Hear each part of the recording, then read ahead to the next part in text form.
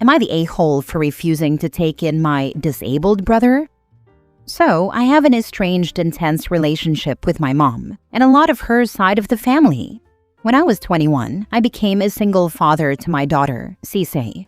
I was working overnights in a warehouse, had to move back in with my mom and younger golden brother. I'll just call him Golden Boy going forward, as Cece's egg donor just decided she'd rather live the socialite life than be a mother. My mom was helpful with Cece when it was convenient for her. So if she had a rough day at work, she was more concerned with having a drink and unwinding than helping with her granddaughter. Golden Boy, though, I could write a book about how incompetent and useless he was. One day that is burned into my memory. Cece was only about 8 months old at the time. On my way home from work one morning, I got stuck in traffic on the way back. Tried calling home and let them know what was going on, and Cece likely needed to be fed. I get home almost 2 hours after clocking out. I hear Cece crying in our room and Golden Boy is sitting on the couch. He says something that almost sets me off like, "About damn time, she's been crying." I explain there was an accident blocking traffic I got caught in and ask him why she's crying. "Dunno," is all I get in response. Ask him for how long as I'm heading into my room. According to him, she had been crying for almost an hour, soiled diaper and hungry. Golden Boy couldn't be bothered to even check on her. After a couple years of these two acting like this, especially Golden Boy, I'm on the phone with my dad and stepmom. He offered me help with raising her, getting my life on track, etc. Cliff notes of what happened next. Cece's egg donor gets parental rights terminated, essentially leaving her without a legal mother. Mom starts giving me grief about running away from family responsibilities. Golden Boy is talking about what he's going to do to my room once we're gone. I'm packing everything up and make a 1,100-mile road trip several states away with a toddler with my phone turned off because my mom was blowing it up, demanding that I turn around and bring her only grandchild back to her. Since then, did meet a woman that is phenomenal with Cece. Got married. She adopted Cece officially a couple years ago, right after Mother's Day. We also have an 8-year-old son. We have made trips back to my hometown several times over the years, usually for holidays or stopping by on our way to Orlando. Hometown is in Florida, by the way. And over the years, Golden Boy has not shown the slightest interest in growing up or not being absolutely disgusting. I'm pretty sure there are stories about him on the Neckbeard subreddit. Details about Golden Boy. He's 36 years old now, still lives at home with mom. He's been on disability for a while, not entirely sure how long, for seizures. He had them as a teenager, then stopped for a while, came back as an adult, and his fast food job couldn't keep him around. Can't have someone having a seizure around hot oil and sharp knives. So he and my mom went through the process of getting him on some sort of disability, so he does nothing but sleep and play video games all day. He thinks he's the cool uncle for some reason. Legit has those words on his Facebook. We never stay with them when we're in town, and Cece has been very vocal over the last 6 years that he makes her feel very uncomfortable. When she was 12, he offered to let her smoke or drink with him. She's smart enough to say no. Since to him, kids your age are gonna do it anyway. Might as well do it with an adult you trust. Or talk about his relationships. Last one was, no lie, 17 years ago, in uncomfortable detail, with his child niece. He even has to be reminded to freaking bathe. Both Cece and my 8-year-old son have called him out for smelling like straight-up BO and cat pee, which according to my mom is rude and uncalled for. And I need to make this part clear. He has never been diagnosed as autistic, developmentally challenged, or neurodivergent in any way. He's just been raised to be entitled and lazy. But that's everything up to this. We recently got back from an Orlando trip, passed through my hometown without stopping. Got that guilt-laden phone call from my mom about how they missed us, etc. Whatever.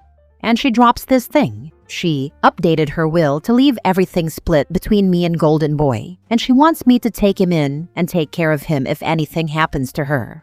I couldn't help but laugh and tell her, exact words, not a snowflake's chance in hell is he ever living with us.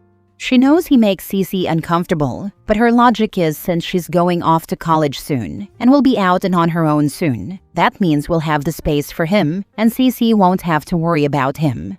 She goes on to explain that he can't take care of himself because of his seizures. He can't cook for himself, he can't clean up after himself, and he can't remember to bathe unless he's reminded. Then she started going on about how Cece shouldn't feel uncomfortable around him because he openly talked about his sex life to his niece when she was 12, because he doesn't know better. Last thing I said to her was, "You are describing someone that needs assisted living, not a room in a house with people unqualified to provide the assistance he clearly needs. And I'm not making my kids spend time around anyone that makes them feel uncomfortable, family or not. So honestly, I don't even really care if I'm the a-hole or not. This whole thing just started pissing me off." Now for the top comments. Not the a-hole. F that guy. Block her, OP. Not just about blocking her, it's about cutting her out for good. I know people with insane parents, and in my opinion, it's way better to have no family at all than to let someone like that keep poisoning your life. Not the a-hole, but ask for a copy of the will. If it's guardianship of the man-child, then put him in assisted living. I plan on consulting a lawyer to make sure my bases are covered. But from what my wife and I found is that there's no sibling responsibility laws in Florida or Texas, where we are, and they can't legally make me take him in. I'm not a lawyer, but I'm confident of this. She can put whatever the heck she wants in her will. That doesn't mean you have to take him in, although depending on your location and how smart her lawyer is, that might mean you don't get whatever your inheritance would be. Not the a-hole, and I'm surprised you're still in touch with either of them. I wouldn't be. I mainly keep in touch with her for my kids' sake. Dad and stepmom passed 6 and 4 years ago. Mom got sober a few years after I left, and although I still keep her at a distance, I can at least say she's a decent grandmother now, current situation excluded. But as it stands, if my inheritance is dependent on taking him in, I'm more than willing to just let everything go. Yeah, if you had to look after your brother for the rest of his life, it would cost an awful lot more than whatever your mother will be leaving you as an inheritance. Unless your mother is an heiress, which I doubt is the case given your story. Next story. Am I the a-hole for refusing to loan money to my sister for my niece's college fund after she spent most of it on prom? So I, 37 female, have a sister, 40 female, who's a single mom to my niece, 17 female. She's done most of it on her own since her daughter was born. And while we've had ups and downs, I've always tried to be supportive. My husband and I have a 14-year-old daughter ourselves, and we're not exactly rolling in it either. But we've been careful, planned ahead, and have tried to keep things stable. About 5 years ago, I started contributing money toward a college fund for my niece. Nothing huge, just here and there. Birthdays, tax return leftovers, a couple hundred from my bonus. That kind of thing. My sister said she was adding some too, and over time it grew to just over $11,000. The entire idea, which we both agreed on, was that it was for college only. Not rent, not clothes, not bills, and definitely not prom. Well, prom was in late April. My niece looked absolutely beautiful. She had this pale blue fitted dress. Her hair was done in this really pretty updo. Makeup was on point. Nails, shoes, they all looked great. She and her friends got a limo, went to some Italian restaurant before the dance, and did a little photo shoot thing. It wasn't celebrity level extravagant, but it was definitely expensive. I remember seeing the photos and thinking, wow, they all look amazing. Followed immediately by, how exactly did they pay for this? So earlier this week, I was going over some financial stuff. I've been managing the account the college fund is in since it's technically in my name too. And I see that about $7,000 is gone with no explanation. It wasn't hacked or anything. It was my sister. She used it to cover prom expenses and didn't even mention it to me. When I called her, she didn't even seem that surprised to hear from me. She was kind of cagey at first, then got defensive and said she only used some of the fund and that there's still enough for a couple of semesters at community college if my niece doesn't get a scholarship somewhere else. Like, that makes it okay. I told her I was shocked she didn't ask me, and she just went off about how it was her daughter's only prom, that she deserved something special, and how she's been through so much lately and she just wanted her to feel like she belonged. I I get that things have been rough for them, but I still couldn't believe she just dipped into that money like it was hers. Then she hits me with, I was gonna rebuild the fund over the summer anyway, but I'm short now. Can you spot me like $2,000 just for now? I told her no. I didn't yell or anything, just a clear no, and now it's a full-on meltdown. She said I'm holding money over her head, that I'm showing my true colors, that I don't really care about her or my niece, and now she's dragged our mom and other relatives into it. My mom texted me this whole long thing about families sticking together and how prom only happens once. And the worst part? My niece texted me too. She said she didn't know the money came from her college fund and she's sorry, and that she doesn't want me and her mom to fight. And now I feel like absolute garbage. But like, what was I supposed to do? I've got my own daughter, and we've been saving bit by bit for her too. I can't just casually drop thousands of dollars to refill a fund someone else emptied without even telling me. My husband agrees with me and said if we want to help my niece with college in the future, we can, but not directly through my sister. I love my niece and I want her to succeed, but I don't trust my sister with money anymore, and I'm sick of being made out to be some villain for having boundaries. $7,000 for prom? Why do I believe that she took some and put it in her own pocket? Was her dress couture? Custom made with actual diamonds? Your sister has definitely been pilfering. There is no way it cost $7,000. None. OP, your sister did something else with the money, unless she paid for everything for the whole group and then some. I know prom dresses can be expensive, but they don't have to be. I'd ask your sister for itemized receipts for prom. Tell her you want to understand exactly how the money was spent because you do not understand how it is possible to spend $7,000 on prom when most people spend a small fraction of that and have a gorgeous prom. I know other parts of the country are different, but we live in a fairly high cost of living area, and I've never known a family to spend more than $800 to $1,000 total on prom, and that includes a share of a party bus, a nice dinner, etc. Why doesn't your niece have a job? The only way for kids to become financially literate is for them to be taught. My granddaughter's dress cost $15 and a dry cleaning bill. She does, but it had been going towards saving up for an apartment plus some of my sister's bills, and I don't know if that's changed since she found out about the money from her college fund being used for prom. Time for your sister to learn a valuable lesson about FAFO. Do not contribute anything to an account she has access to. Frankly, I would withdraw any funds equal to what you have contributed. You can create a separate account over which you have sole control, and you can make withdrawals or payments directly to a higher learning facility. But sis doesn't get to touch it, ever. Maybe give your niece the benefit of the doubt. Not that I'm not skeptical, but no one gets to distribute funds but you. Last story. Am I the a-hole for refusing to give my parents a chance to know my kids because I want to break the cycle of verbal abuse?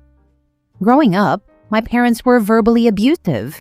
It was a generational thing because my mom's parents were exactly the same, and apparently her grandparents were too. It wasn't just from parent to child either, but grandparent to child and grandchild too. So I got that treatment from both of my parents and both of my maternal grandparents. And when my mom knew she'd see her parents soon, she'd be even more verbally abusive. There was a lot of control involved in it. Do this, do that. And when we, because I had siblings, did it wrong or did it in a way other than how our parent or grandparent wanted us to do it, we were useless, worthless, dumb, idiots, unintelligent, etc. My mom and grandma were big on the whole, girls need to learn homemaking early, and I was expected to cook for my family when my mom wanted nights off, and she expected me to cook exactly like her without being shown. Any mistake, like forgetting the salt, or any inconsistency, like it didn't look the same, and I was a screw-up, and any woman should know how to do those things well, and I was a failure. I struggled a lot with math, and I got B's and C's in math class. That was not okay. My dad would scream when he saw it. My mom would tell me I was only struggling because I wasn't doing enough, and that I should study math until my fingers were bleeding and my eyes were sore and dry, and if I had to, I should stay up all night and study. One time they cut a teacher off when she was saying I was doing really well in math considering, and they said, "No, don't coddle her. She's just a lazy freaking kid." And I didn't need to be praised for not really trying. My teacher tried to explain to them that I was trying, but they just verbally berated me in front of her and told her she was wrong to acknowledge my effort. The R word was used that night in front of my teacher, and after that, at least at school, I was given more support to help me keep my grades high. I know she reported my parents to CPS too, but they didn't find verbal abuse to be good enough to intervene, I guess. I was also called a whore by my dad at 12 because I wore some lip gloss a friend had put on me at school. And there's so much more. I mean, my own grandparents called me a good example of why abortion should always exist and why it's needed. They had something similar to say for all their grandkids. All of it continued until I moved out and went no contact at 18. My siblings all had to deal with that stuff too. But while I went no contact, they stayed around our parents and have all repeated the cycle with their own kids. I have stayed determined to break the cycle, and one way of doing that for me is keeping them far away from me and my kids, who are still babies right now. But I am determined to do better for my children. My husband supports this, but my mother-in-law lives with a lot of regret for her own no-contact situation with her parents, and she advocates against no contact now. I think in her head, all teens blow stuff up into being worse than it is, because she feels like she did it, and that attempts should be made so you don't live with regret. She has asked me what the harm is with my parents knowing my kids if I'm in the room to protect them, and I said the harm is that you can't take back what's said once it happens. You can leave fast, but it still happened. And how many chances do you give if you try? Because it becomes a pattern, and it gets internalized by kids, even if it happens infrequently. I said it doesn't need to be contact every day or week for it to stay with you. She talked about her feelings after her mom died, and I sympathized with her, but said it was different. I know she is now stressed out that I would not try. She said she's so afraid of me walking her path. But I have never regretted going no contact, and I see it as the only way to ensure my kids are safe. I don't trust that my parents will ever be capable of change or doing better. And history shows that these people are not better grandparents than parents. But I know I haven't had anything to do with my parents in over a decade now, so maybe I'm being unfair? And for that reason alone, even though I feel so strongly about this, I'll ask if I'm the a-hole for not giving them a chance. Even half a chance by trying to make contact one time. Now for the comments. You're not heartless for protecting your babies. You're the cycle breaker your whole bloodline needed. Love doesn't always look like connection. Sometimes it's fierce distance. Make it clear to mother-in-law that this is not negotiable and any interference will not be tolerated. Not the a-hole. There have been too many examples on Reddit of friends, family, girlfriend, boyfriend trying to fix these situations and screwing things up royally. Not the a-hole. You're protecting your kids, and that's what real cycle breaking looks like. Blood doesn't excuse damage. Healing starts with boundaries, and you're setting the bar. I've found that blood relations can hurt and treat you worse than anyone else in your life. Sometimes it's unintentional. Other times, it's a true long-standing generational trauma and a cycle nobody wants to or can break. But someone needs to.